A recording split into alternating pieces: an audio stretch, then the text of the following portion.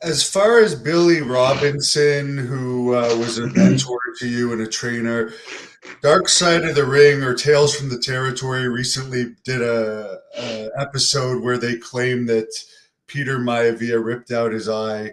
Did he ever tell you about this story? Because I know he had both of his eyes when he passed away. Could you shed any light on it? I mean, maybe he got into a scrap with Peter Maivia, and Peter Maivia attacked one of his eyes. I mean, it's all possible, but like Vader's eye was sticking out, and he just popped it back in and kept doing his match, fight, whatever you want to call it, with Stan Hansen.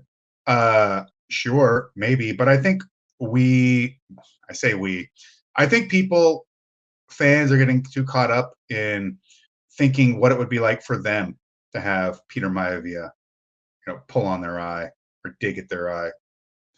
No, you would not survive. You think it'd be the end of the world. Your eye's probably coming right out of your head. You're right. But you're not Billy Robinson. And you're not Peter Maivia. You're not Haku, and you're not, and the list goes on. When these guys go and scrap, it's a completely different story. So, so what? Peter Maivia maybe went after Billy's eye. That don't mean shit. You know what I mean? It's like there's probably, and I'm not trying to expound upon the story itself. I don't really know it, as far as like being told direct to me from Billy or Peter Maivia. I don't even know if Peter Maivia is still alive. Anyways, uh, I'm pretty sure he's passed away now. okay. Um, but there could be some like really big name guy in this era. It's less likely, but there could be, who has that kind of nasty, down and dirty attitude towards street fighting in let's say AEW or WWE. And I could get into a scrap with them, and they could go after my eye. They're not going to win, and if anybody plucks mine, they're losing two of theirs. I'll look cool with an eye patch, and we'll see how you handle a cane. But it's just, I think some of it was back in the day with working, because it was an industry that, well, I mean, could end up in places where they're going to stiff you over money. Some guys really going to shoot on you. All kinds of them. Some wrestlers might decide to try and jump you and steal your. Any wild ass thing could happen. It was a different era, different time. Everything wasn't so policed and oversaw by a million billion cameras and eyes at all times.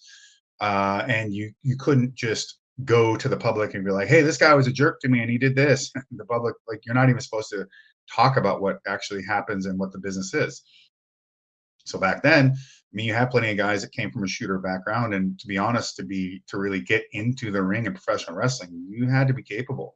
Um, if you couldn't fight, for the most part, in some degree, you weren't showing up there. They would just weed you out, grind you to dust, take your money, and send you on your way, like from a tryout or whatever.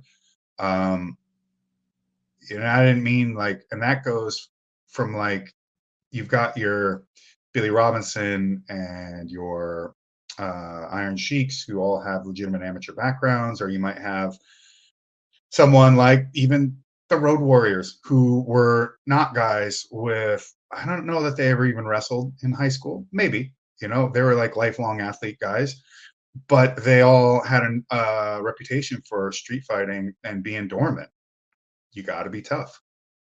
So if you couldn't be tough, if you couldn't legitimately fight to some degree, a lot of times, like, you weren't stepping in between those ropes. But that being able to fight doesn't necessarily mean that you're a quote unquote like trained shooter. So if you should happen to run into one of these guys, what would you do if you can't actually shoot? Well, you go after their eyes, you go after their, you fish hook, you headbutt, you do all this other stuff.